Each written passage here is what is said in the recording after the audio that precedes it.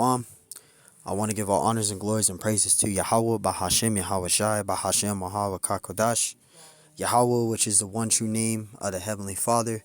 Yahweh Shai, who the world ignorantly calls Jesus Christ, but his one true name is Yahweh Shai. Bahashem, meaning coming in the name.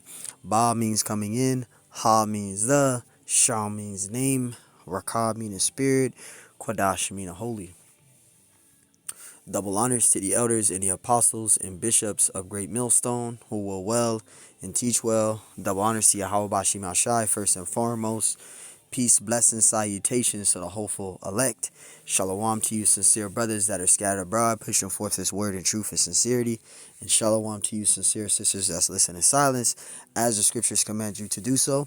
I am the brother Mashiach Razakah, and pretty much this lesson is going to be titled as the third temple. And now the reason why I'm doing a lesson on this is because you have a lot of people that's still kind of concerned about the third temple. And what is the third temple? You know, you got these wacky-tacky Christians. They believe that the third temple is going to be built, literally an actual building in Jerusalem. All right, in Israel, that's where it's going to be built. And the third temple is pretty much spiritually being built. Okay, it's spiritually being built, which the third temple is being built now spiritually, which is through the elect, right? Through Israel, okay? We're the third temple, okay? It's not talking about the actual third temple being built out there in Jerusalem, okay? You got, people believing that. So in this lesson, it's going to be titled as the third temple is being built now spiritually. So, Lord willing, this lesson is edifying, so, you guys can get an understanding on the third temple, because you still got people that's curious about this. So the first scripture I'm going to get out, this is 1 Corinthians 3, and we're going to start at verse 16, right? This is 1 Corinthians 3 and 16, and it says, know ye not that ye are the temple of the Most High? You see that? The temple of the Lord. It says, and that the Spirit of the Most High dwell in you. Verse 17, it says, if any man defile the temple of the Most High, him shall the Most High destroy. For the temple of the Most High is holy, which temple ye are. Okay, so we're the third temple being built up. Okay, the Israelites, we're the third temple being built. Okay, we're the third temple being built up. All right, we're the third temple of the Most High. Okay, and I got another precept. This is Acts 7, and we're gonna start at verse 48. This is Acts 7 and 48. It says, howbeit the Most High dwell not in a temple made with hands, as saith the prophet. You see that? So this is how we know that the third temple is us, the Israelites. We are the church, which is the temple, which is the body. It's not talking about an actual building of a temple being built. That's not what that's talking about. Okay, this is talking about, okay, the Israelites are the third. We're that third temple being built up. We're the church. The third temple is us, the Israelites. We're the ones that is being built up. We're the church. Okay, so this is how we know that the third temple is us, the Israelites. Okay, so the third temple is being built up spiritually. Got another precept. This is Luke 17, and we're going to start at verse 20. This is Luke 17 and 20. It says when he was demanded of the Pharisees when the kingdom of the Most High should come, he answered them and said, the kingdom of the Most High cometh not with observation. Verse 21. Neither shall they say, lo here, or lo there. For behold, the kingdom of the Most High is within you. The kingdom of the Most High is within you. So the kingdom of heaven is going to be built through the elect. Okay, it's going to be built through the elect. All right, that's the third temple. Okay, let's get out Amos 9:11. It's Amos 9. And we're going to start at verse 11. And you see that?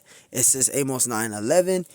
And it says, in that day will I rise up the tabernacle of David that is fallen. See, so the tabernacle is like a house. All right, the house of David is the elect. Okay, that's what it's talking about. Okay, so the third temple is the elect being built up now spiritually, which is the elect. Okay, which is the elect, and we're gonna prove that. Actually, let's get Zechariah 13:8. Right, we can prove it.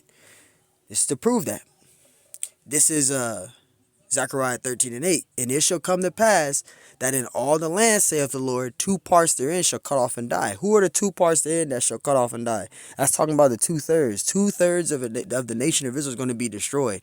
On this end, 2/3 of the nation of Israel is going to be destroyed. Not all Israel is going to be saved. Okay, only the elect is going to be saved.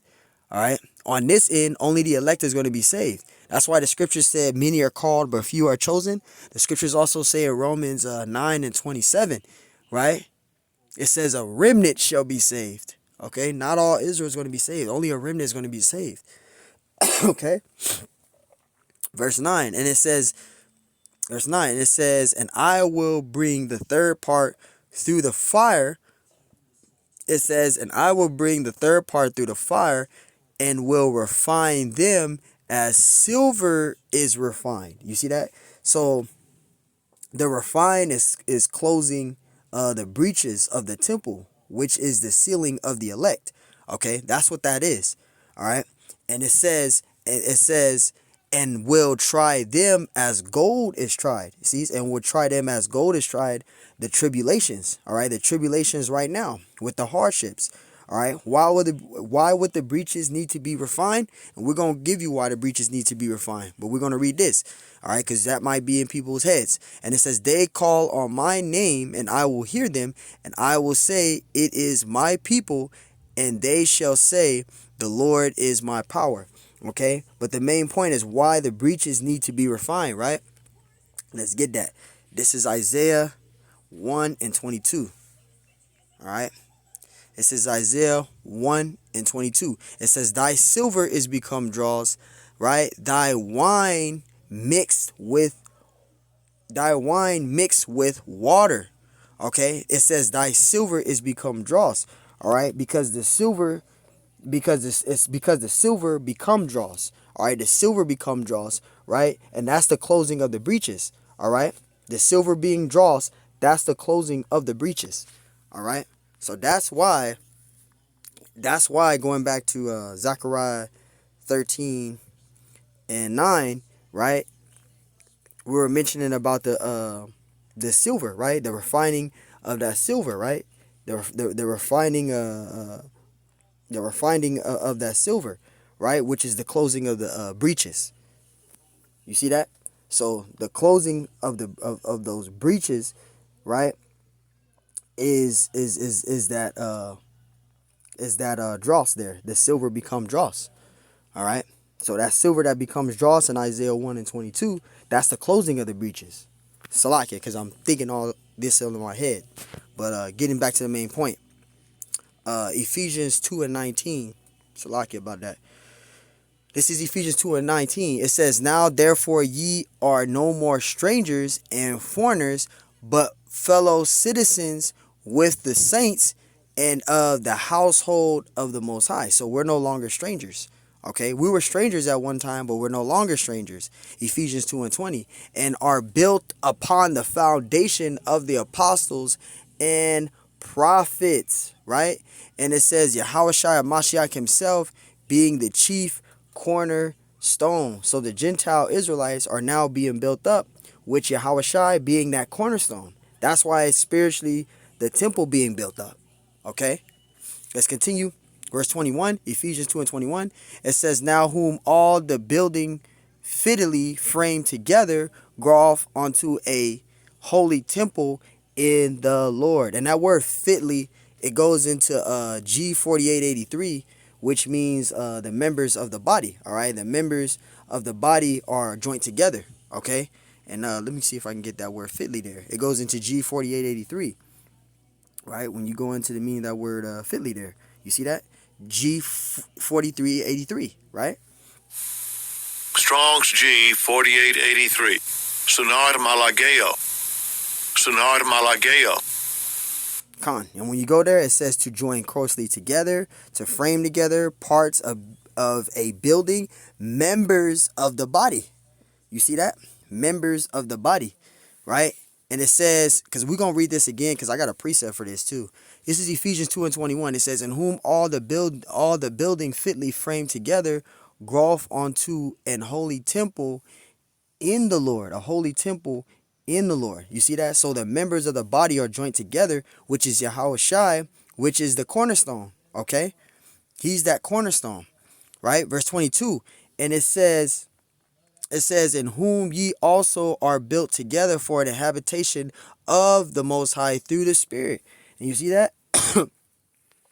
So you see that? So all the elect is going to be together. All right. It's talking about the elect in Yahweh Shai, right? The parts of the building are the members of the body being jointly together to form the temple. And I got a precept because we are going to be joint heirs with Yahweh Bashim Shai. That's in Romans 8:17, right? And it says, and if children, then heirs of the Most High, and joint heirs with Yahweh Shai, if so be that we suffer with him, that we may be also glorified together. So you see that we're going to be joint heirs with the Lord Yahweh Bashim Shai. So again, the parts of the building are the members of the body being built jointly together to form that temple.